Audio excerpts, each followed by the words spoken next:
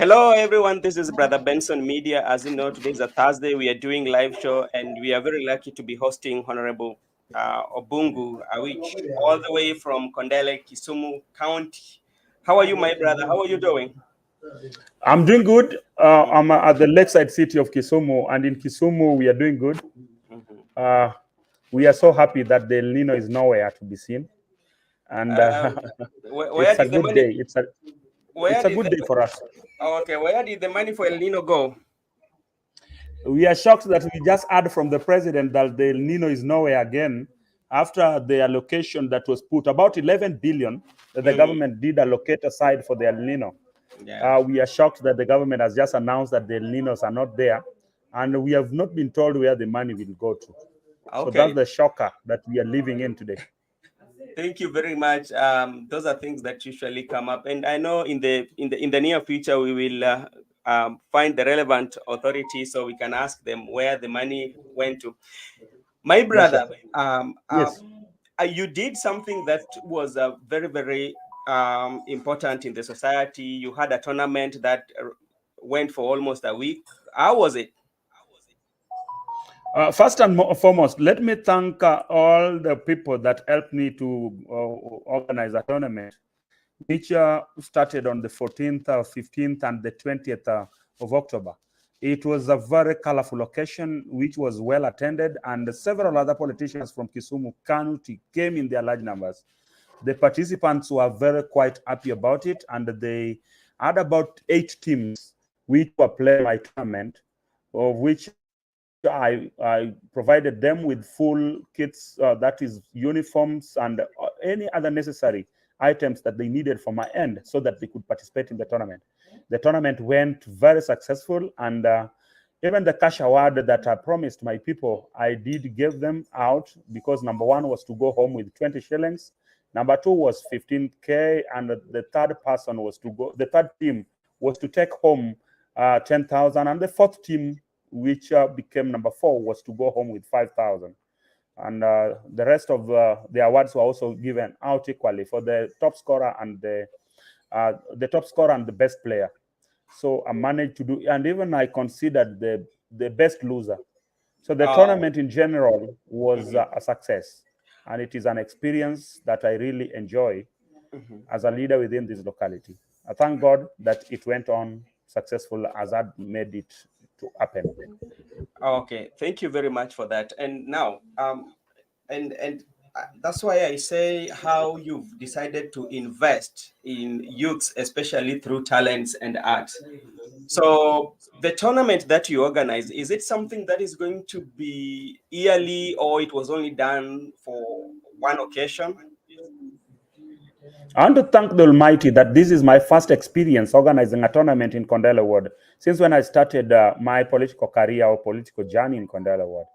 I joined politics, my own politics, in 2017 when I started vying as an MCA for Kondole Ward. At that time, I did not even thought I could organize something in the name of a tournament. I also came back on the 2022, which I went to try my luck.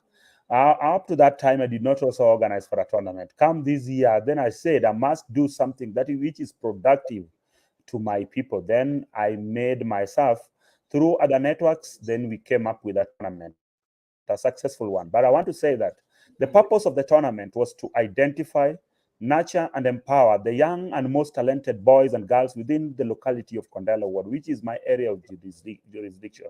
Hmm. I wish to state these as follows: that moving forward, most probably come next year, at the end of it, which is December, I will also not December, but October. I've identified October Mashuja days as my days to organize for the finals of the tournament, meaning during the periods of October's, I will always be organizing for the tournaments. That is yearly.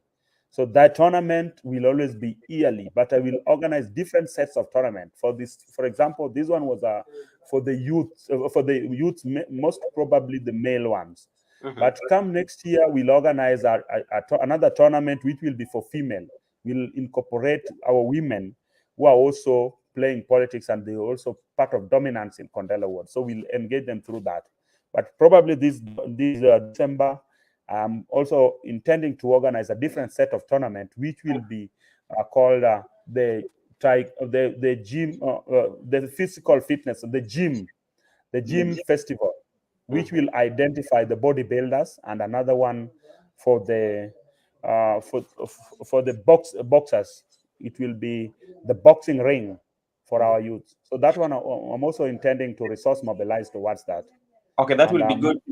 I'm looking forward to my good friends who will be helping me to achieve that intention. Yeah, because that was something that I was coming to ask you, because like when you look at the Kondele ward, especially even Kondele ward, even in Kisumu, there are so many young men and young ladies who are talented, not only who can play the football or the soccer, but are those who can do modeling, those who can do music, those who can sing, those who can do the poet, and and those who maybe they're not talented when it comes to sports, but they've been given the knowledge wise, they are very bright students. How are you going to make sure that everybody within Kondele, their talent are nurtured and being exposed to the world with such like a tournament you organized? What is important is to identify. The identification part of it is what is important, and I've already started that, because I have a very professional team that are willing to help me to identify these most young talented, whether the ones that are doing modeling, the ones that are doing different sports, be it netball, be it football, be it volleyball, and even we'll incorporate even the PWDs in different sets of the games. So my intention is to identify, to nurture, and to empower that which we will be doing to its success. So I can assure you very well, without fear or favor, that we are in deep in the process that to identify, to nurture, and to empower, which we have started already. And that process is very free, fair, and verifiable. It is incorporative, and it brings out all the sectors, that is youth, women, and the PWDs. And we will always be doing it, as many as possible. The tournaments and even the events that will be organizing for the models will be as many as possible, provided that we have the resources within ourselves. What is very important is the scarcity in terms of resources, the Yeah. financial constraints. But provided we have well wishers, people of goodwill, people wish to support us, because we demonstrate on our part that we are able to do what we can do. What is a problem is finances. But the moment we get finances through the well wishers and any other person who wishes to bring his or her cash, his or her resource around us, then we will be able to do as many as possible. Okay, that's good. And during your organization, were there challenges that you face apart from financial challenges? Because at some point I was following it, and I saw, first of all, the finals were supposed to be at Manyata grounds. Then I saw you announce we are going to be at KMTC. What was happening? Then later it was resolved. Then you came back to the original. The original intended the final, where the final was supposed to be played. What was the problem, Ben? Was just purely politics. Obungo, which is running as an MCA come 2027, God willing. And I also have a lot of opponents around me who are also thinking that that is their time to win the elections that will be coming at that time. And there is another woman who was nominated to serve in the County Assembly of Kisumu. And that woman is also, it is purported that that woman will also be vying against me come 2027. So it is through that woman, because she happens to be a board member in Manyata Primary. So she wanted to thwart the agenda that had already started. It is out of our way that she influenced my rejection to use the field. But I thank God that the people, they always say that the power of the people is always greater than the people in power. So the people around me organized themselves, and we managed to go to the chief, which we later on resolved the matter. And the finals were done in Manyata Primary. So that was what happened. It was purely politics and some influence around it. The people who were not very happy about the finals, and they knew that the finals were going to be very counterproductive in the sense that it was going to attract a very big multitude of the people. And you realize politics about the people. And these opponents of mine really fear about the attendance of the tournament. And that is why they were they were in a process to frustrate it so that it doesn't take place. They knew very well that the moment we took the tournament to KMTC, then people were not going to attend that event. And I thank God that with all their plans and any other things that they put around, God later on came and intervened on the matter, and we played the tournament at Manyata Primary, which turned out to be a success because of its attendance. Thank you very much over that. Thank you very much. And now my question is, if like, for instance, you as Obungu, you are just doing something to kind of like identify or to nurture or like to identify those talents that are within the areas that you feel you want to represent, and those are like kind of like one of your visions, why would somebody punish the kids or the players just because of you? Why should those kids or the people who participated in the sports pay something that they don't even know about? As they say that politics is local, and you realize the local politics always is surrounded with a lot of things. First of all, there is a lot of intimidations around it, and even people does not want other good things to happen on the other end. You know, these people knew very well that the moment that tournament went successful, then all credits were going to be given to me, and that is why they never wanted that credit to come to me, because the incumbent, the MCA who is in power, had done some tournament in the previous past, but that tournament of his did not succeed very well because it had got a lot of issues surrounding the tournament. There were some fights around it, there were some complaints around it, but this tournament of mine had no complaint in terms, and in fact, everybody was so very happy about it, and it was full of joy. So all these things, the opponents were not very happy about it, to an extent that they wanted to punish the players, the ones that were in the tournament. That is the only source of. Okay. Sorry. I kind of like I'm kind of like I lost Obungu. I know he is going to be back. We're just talking about the honorable member That was witnessed during that occasion. Okay. Can you hear Mr. Bungu? And now, yes, I'm getting you, Ben. I'm how, getting you. How, because now, how are you prepared for such like challenges that are coming your way right now? We are not still even in a half the election period, but you've started to encounter these challenges. How are you going to prepare to counter these challenges? Ben, I'm a politician, and I know in politics there is nothing that comes easy. And as they always say, the Englishman says that politics is not for the faint-hearted, meaning very well that I'm very strong, and I know that much of these challenges are going to approach me as I will be proceeding on with my agenda. I'm very much ready to counter them. I'm very much ready to combat them. So I don't fear. With me, I'll always be putting all what I'll do most probably is putting my God first. Then I organize myself in a way as a politician. Then the rest will just follow. Okay, thank you. So we don't. I and my team, we don't fear about anything. We'll be facing them as they come. Politics is not easy. It is not for the faint-hearted. Yeah. Okay. So, like for you now, as we speak, is something in the public domain that Kondole Ward is going to be a place that you are going to contest for the area MCA for Kondole Ward. Is there something that you're going to do differently for our loving people of Kondole that has never been done with the current leader right now? Then I have a lot of things that are in my store that I want to release to my people of Kondole Ward to make them very happy about it. Just a case in point.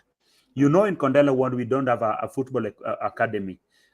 Within my vision to make Kondole a better place, I will organize a Kondole Academy, an academy which will always be identifying the young and most talented, so that we give them a platform to nurture them throughout their entire period and empower them.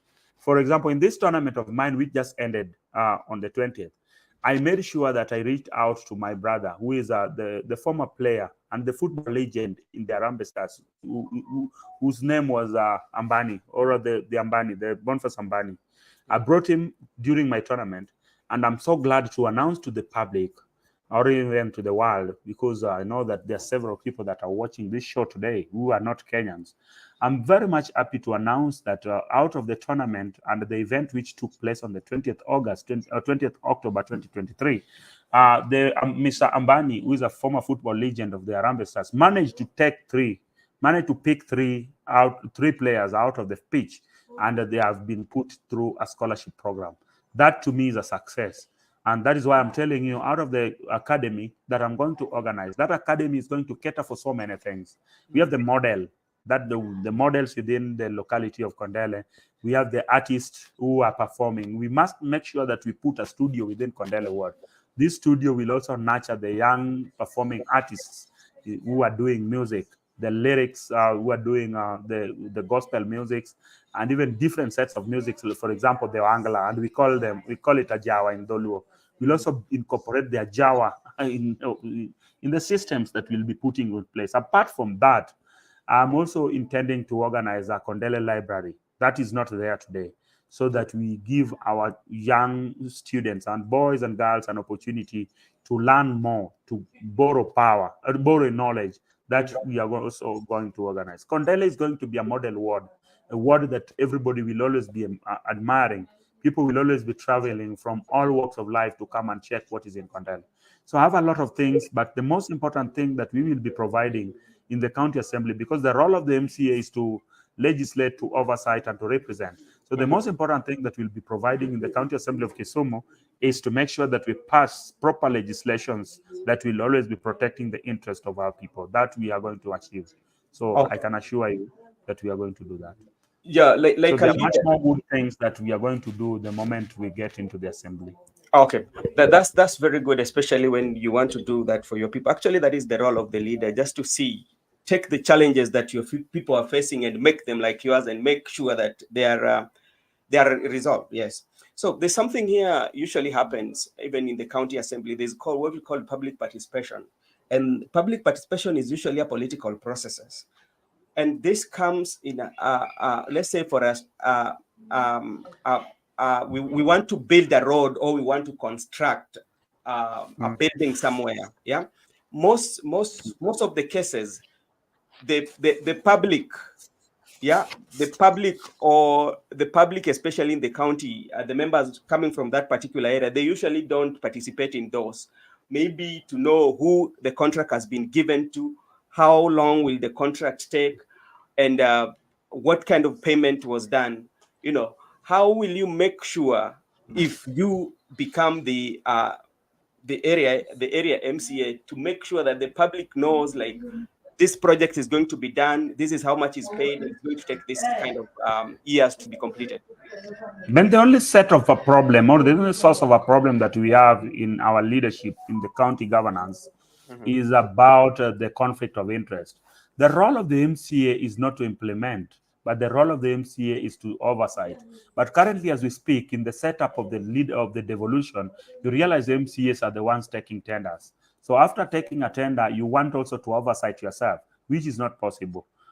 So I want to tell you this. My first role or agenda in the office will be to make sure that we put proper oversight in place, and that is what we must do to achieve that is all that we must do to achieve the intended purpose. We will not do my office will not be doing tenders at the same time oversighting. That is the source of a problem that we have. We must have a monitoring and evaluation committee. The monitoring and evaluation committee will always be providing for a role whereby we check on the projects that our people have prioritized on them, and we make sure that those projects are implemented at the end of the day.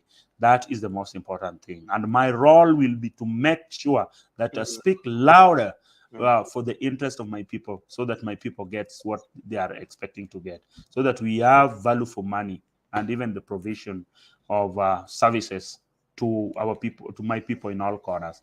That will be my purpose as their leader. And we must make sure that we legislate on issues in the assembly and not any other. That we must do. Okay, thank you. Let me ask you, honorable member, in a situation whereby, like, for instance, I want to give a typical Yes. example with the Kisumu. Kisumu is a county government, and that is a government of its own, apart from the national government. with the legislatures, the MCAs. But you find like in Kisumu, we do not have opposition. How are you going to put the government on check? Because is a government, they are found to make mistakes when it comes to tendering. Where that's where now it comes in, where you find the MCA maybe might be doing tendering. How are you going to keep that government on check such that the mistakes are not being made, or everything that is being done is done correctly, yet you may be belonging to the same government, you know? Ben, just to be very sincere, Mm, the role of the MCA is what I play. I will not play any other thing. mm, And I will not want to make any other person be happy, apart from the voter who has mm, elected me. I will always be playing that which will make a voter very happy.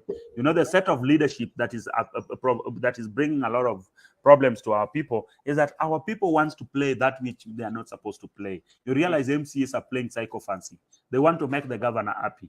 It is not the governor to be made happy. It is about the people who have elected you and mandated you to be in power. That is what you are not supposed to be doing. Not any other thing. Not any other thing. That is the most important thing that we must do. So you realize our people, they want to make the governor happy, and that is not what is supposed to be done. And the moment you start questioning, the moment you start criticizing, there is a role about criticism. You are supposed to criticize negatively. At the same time, you're supposed to criticize positively. You don't just criticize because you're supposed to criticize. You mhm. criticize negatively when things are not done correctly. You criticize positively, meaning you praise the projects and the government in its administration when things are done positively. But our people, it is opposite of the thing. Yeah. MCAs are always criticizing the governor positively, even when things are headed negatively. I want to assure you, once I get elected as the MCA for Kondole Ward, it will be a tall order because my background is human rights activist. I will Yes. not impress the governor. I will do which impresses my people. And that I can assure you. If And they want to leave me out of office, let them leave me out of office come 2022. But I will also use another platform, which I have as a human rights activist, still to question the leadership that will be taking place, but not to amuse the governor, not to make the governor happy. I will not do that. okay, we wish you all the best, and when that time comes, we are here as the media. We will follow up with you. And Honorable, I think early this year, if I'm not wrong, around July, June, and around August, we hosted you here, and Yes, yes. you had a movement, and this movement was called Sufuria Movement, and you protested, and you really spoke for the people. But to my surprise, one of the things that you are speaking about was the cost of living.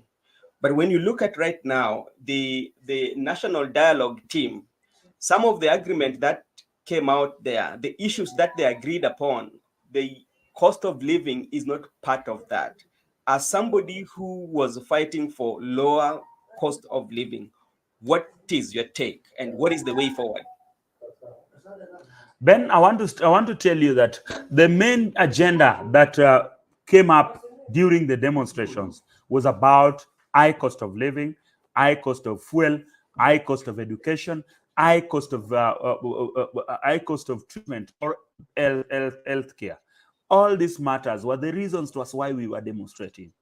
And as to me, I was fully convinced that at the bipartisan table, the first agenda that was to be addressed was a matter touching on the high cost of living. And I fully believe that that is the agenda that is being discussed. I did not go to the streets to demonstrate so that we have a lot of positions for power. I did not go to the streets to demonstrate so that we come up with an office of the opposition leader. I did not go to the streets to demonstrate so that we come up with an office of the prime minister. But I went to the streets so that my mothers, so that my sisters, so that my fathers, so that my brothers and all other people in this Kenya as a republic can find a suitable environment to live in, courtesy of low cost of food, low cost of housing, low cost of education, and low cost of treatment or health cover. That was the purpose of demonstrating. And even the sufuria that I was putting on top of my head was just to demonstrate that we were sitting in on a deep and on a desperate moment, that called for desperate times.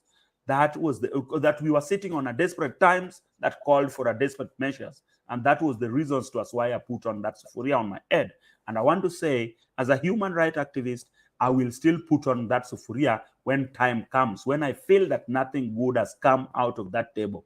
And I want to assure those people, I want to tell those people, this is my word, that if you don't come up with a concrete reasons to us why we can live as Kenyan people, to us why Kenyan people can go to any kind of a state without any frustrations, then we will get back to our streets, and the sufurias are always very ready to be worn on our heads. And that I can still tell you.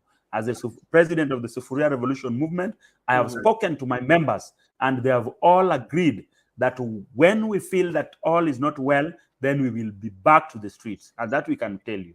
But from the look of things, Hon, things are not well, because when you look at the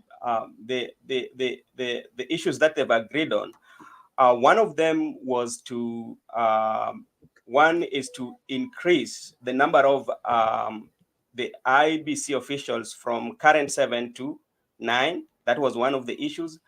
Another issue was the creation of position of a prime cabinet secretary and leader of opposition. Another issue was loyalty, party loyalty, so that the executive or any other person should not cross over to another party, all that. But when you look at all this, all the agreement that they've come up with, how? Because like for me, I understand if we create the post of official opposition leader, that office is going to be funded by the government. How will it impact on the life of Kenyans who are still suffering, who cannot even afford food right now as we speak? How is it going to affect that? Then you're right. Currently, as we speak, the economy is not sustainable. Currently, as we speak, Kenyans are having a lot of baggage on their back. So adding these offices is like adding additional baggage to the Kenyan people. Therefore, what is important is not about these offices. What is important is organizing a way that can make our people live without any pressure or baggage or stress. Because all that we are witnessing today is a country that cannot sustain its citizens. It is a country that has a collapsed economy. It is a country that is on its deathbed. Therefore, what is important that we must talk about today is how to revive an economy, is how to discuss how to make our people sustainable in their homes, and to put a livelihood that can sustain all the Kenyan people together. Not a country that is adding several other offices which are not representative. We have too much representation. We have MPs in place, we have governors in place, we have senators in place, we have president in place, we have so many other people and MCs in place. Why add other offices? These offices are too much on us. All that we want as a people is not additional office. We went to an election knowing very well that we were going to vote Raila Amolo Odinga as our president so that he can add value to this country. After his victory had been stolen by William Samoei Ruto, all that we went to the roads to do was to talk about it very openly. We demanded for a review of the and a forensic audit about the 2022 general elections, and we still expect that. We still expect servers to be opened. What we expect is to discuss high cost of living. What we expect to discuss is about a free, fair, and open, credible elections results, not war after every period of 5 years. All that we expect is an independent body in the name of IBC. All that we expect is leadership that is fully incorporative, a leadership that is inclusive. All that we expect is a two-third gender rule set of system whereby women are also accorded a maximum opportunity to be in power in different positions in this country. We don't expect other offices which are not even operational.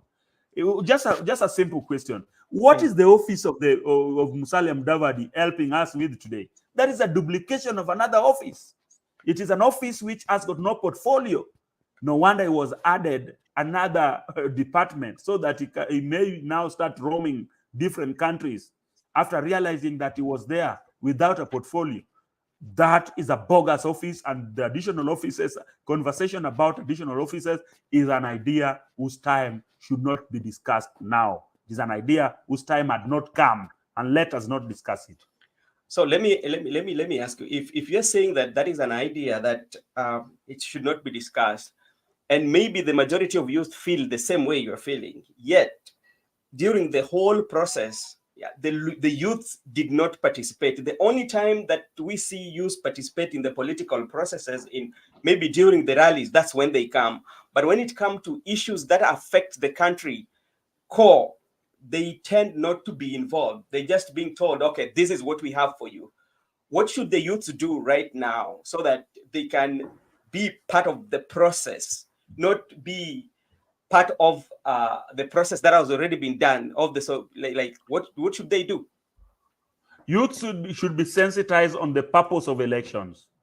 Youth should be sensitized on the reason and the need why they need to elect people in leadership.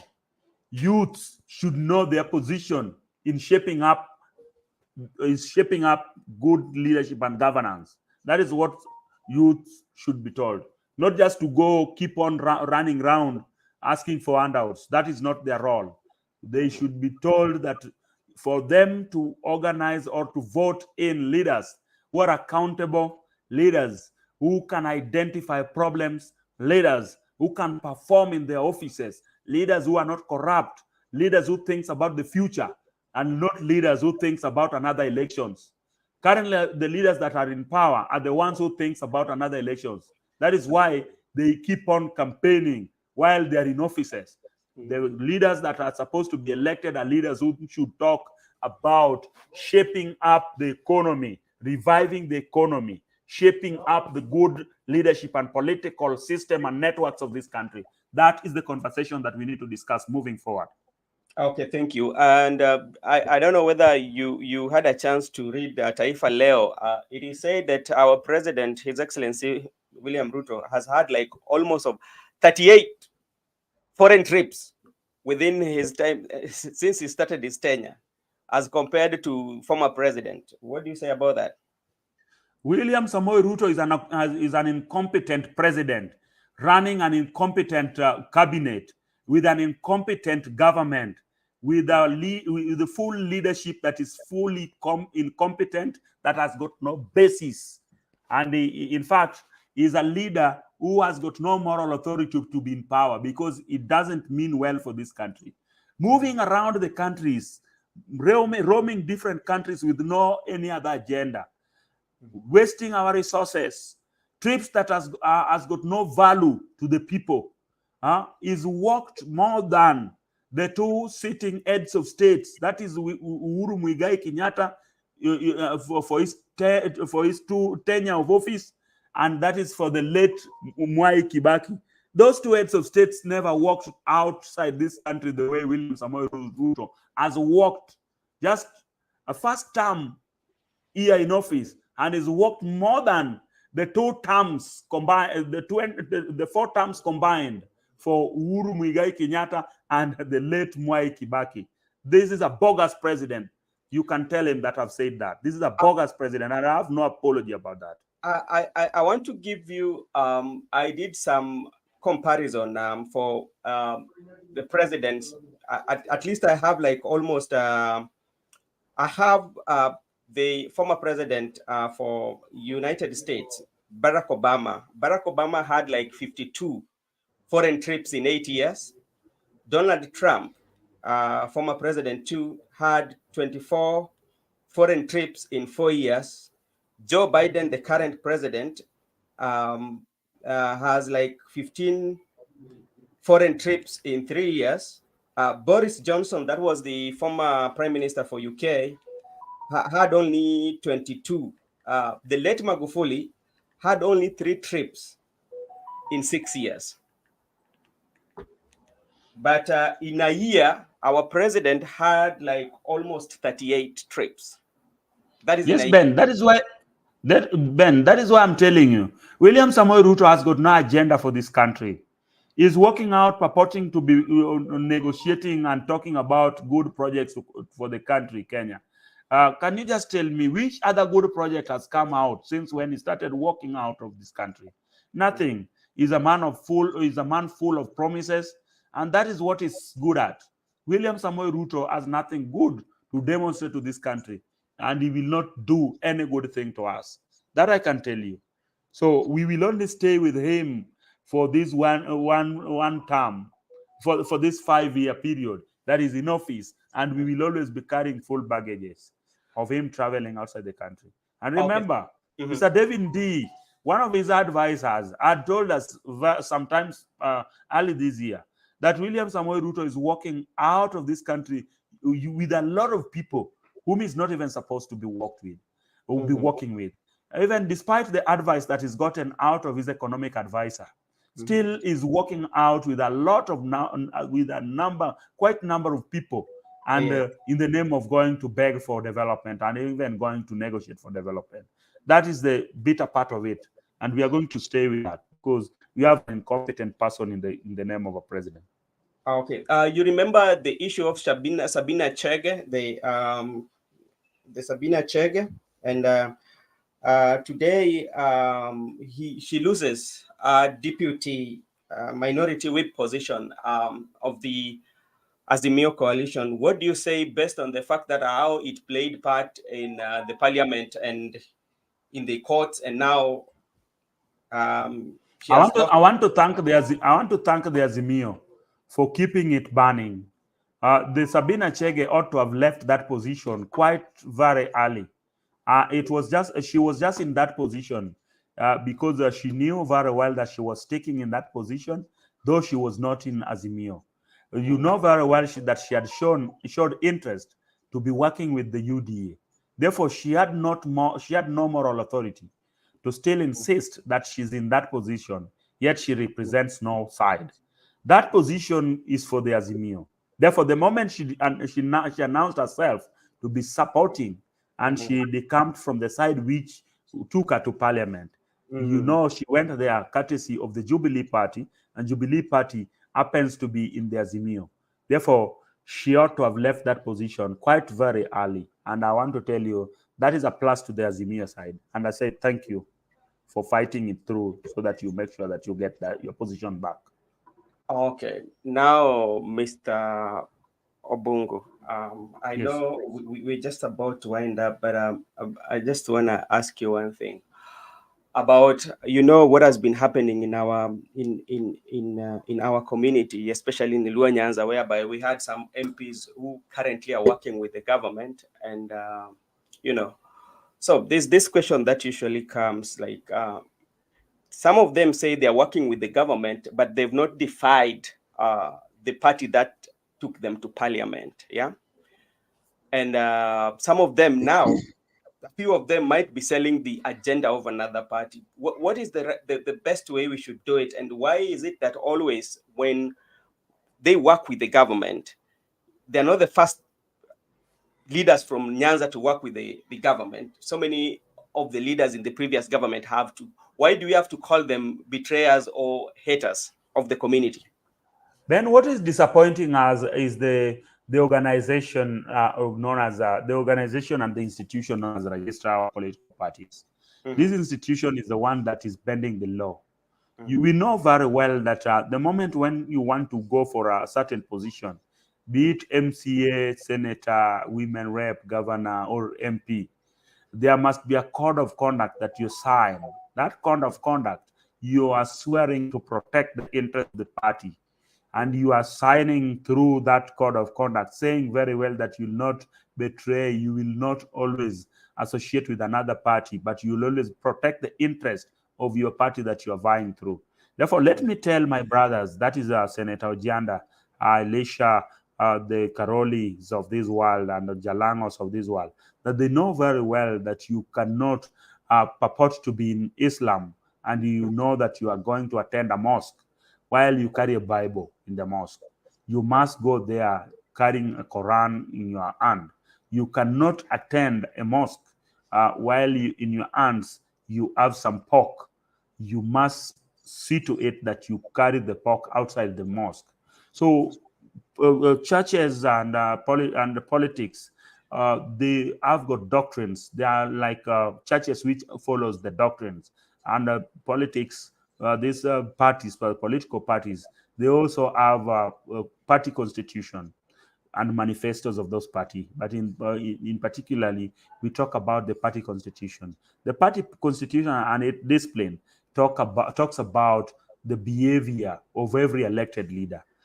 You're not supposed to be associating with a UDA person while you are in ODM. You only work within the limits of the constitution, but you don't show any interest that you're serving a different political party while there is another political party that has elected you and put you into that position. For this case, I want to tell these people that are betraying the cause of the party that if they have a constitutional right, they can resign and say that we want to be elected back to through those political parties that they have showed interest to be working with. They're not supposed to insist that they are working with those political parties, yet they were elected through other political parties.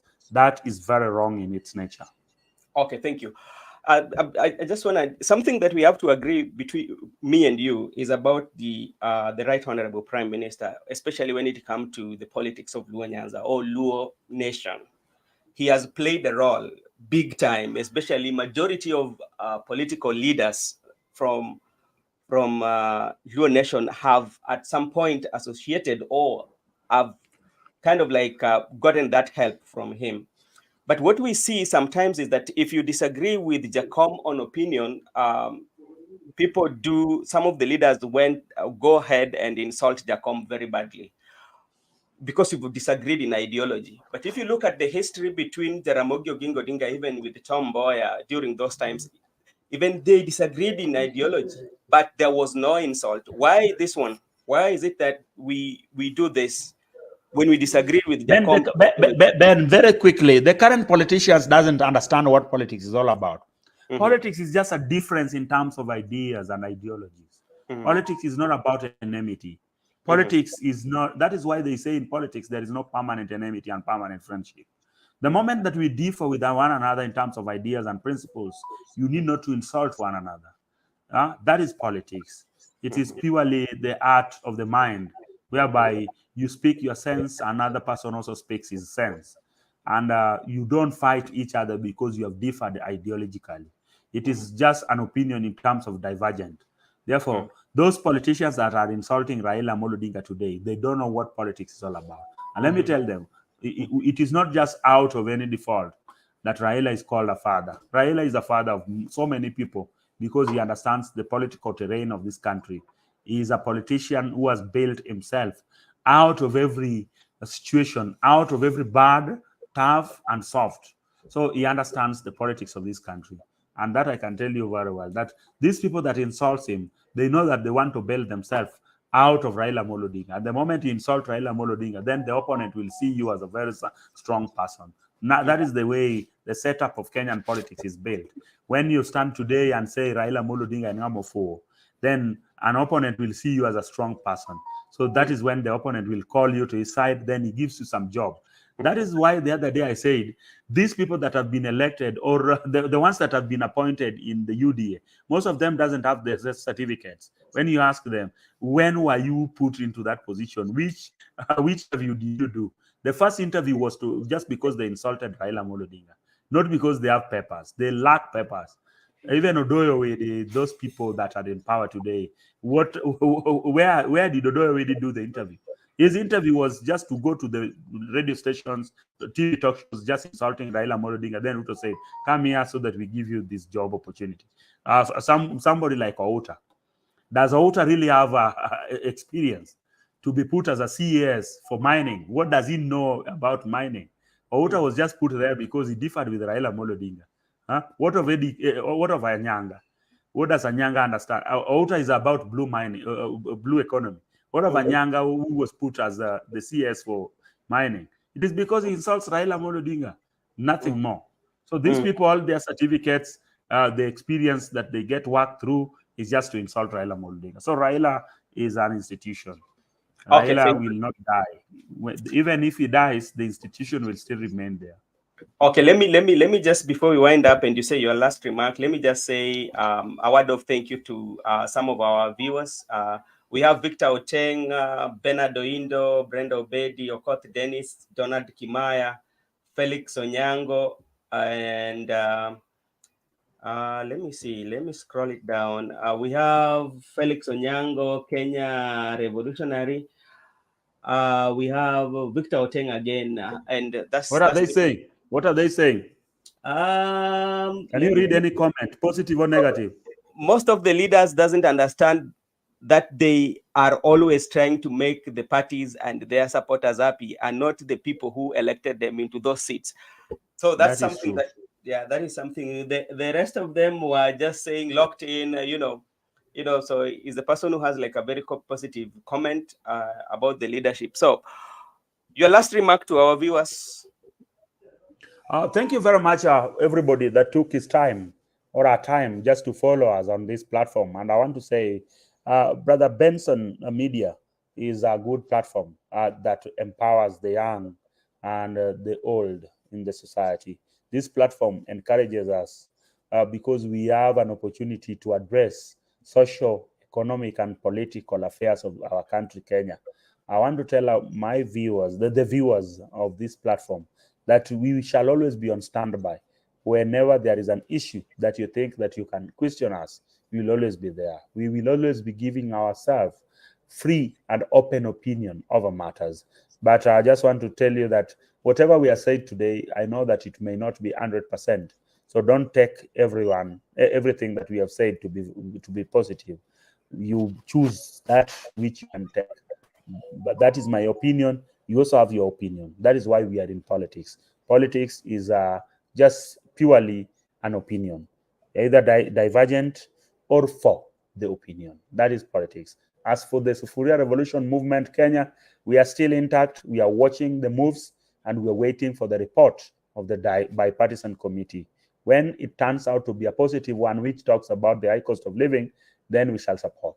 But when it comes out against the high cost of living, which took us to the streets, then you will see us on the streets again, putting on the sufuria. And that is why today I've left my sufuria at home, knowing very well that we are running in a very good country. Thank you, and may God bless you. Thank you so much for taking your time, Muhesh, and being here and saying your views. And we are very happy with you. If we have another chance, Ben, don't keep me waiting this time round, because we have got a lot of activities that are running out in this country currently as we speak. So don't take us out. So always keep on checking on us. Give us a platform to discuss about them. Remember, politics is about current affairs. Okay, so the thank you moment very you much. keep these current affairs up to a point whereby they are not current, it is when we discuss them, then you are losing the point. Always try to discuss current when they are current. Okay, I will always try to work on my schedule so that we can discuss the current issues the way they when they are appear. current. That is why it is current affairs. Yes. Thank you so much, and may God bless you. And we will talk next time. To our viewers, also, thank you so much for taking your time to be with us here. Continue supporting us so we can spread the message. May God bless you.